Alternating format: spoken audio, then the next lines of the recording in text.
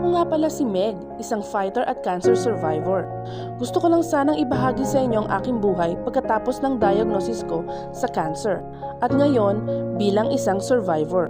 Sa dami ng pinagdaanan ko, salamat sa Diyos at narito ako, patuloy na lumalaban. Muli, nakabalik sa trabaho at kasama ang pamilya ko dito sa Dubai. Marami ring pagsubok at may mga pagkakataong mapapagod tayo pero hindi tayo sumusuko. Salamat sa Diyos sa aking pamilya at sa lahat ng mga taong nagmamahal sa akin at walang sawang nagbibigay suporta at panalangin. Kaya kung kayo manay na nararamdaman ng pagkawala ng pag-asa, tandaan nyo, hindi kayo nag-iisa. Patuloy tayong lumalaban, manatili tayong matatag at magtiwala sa Diyos.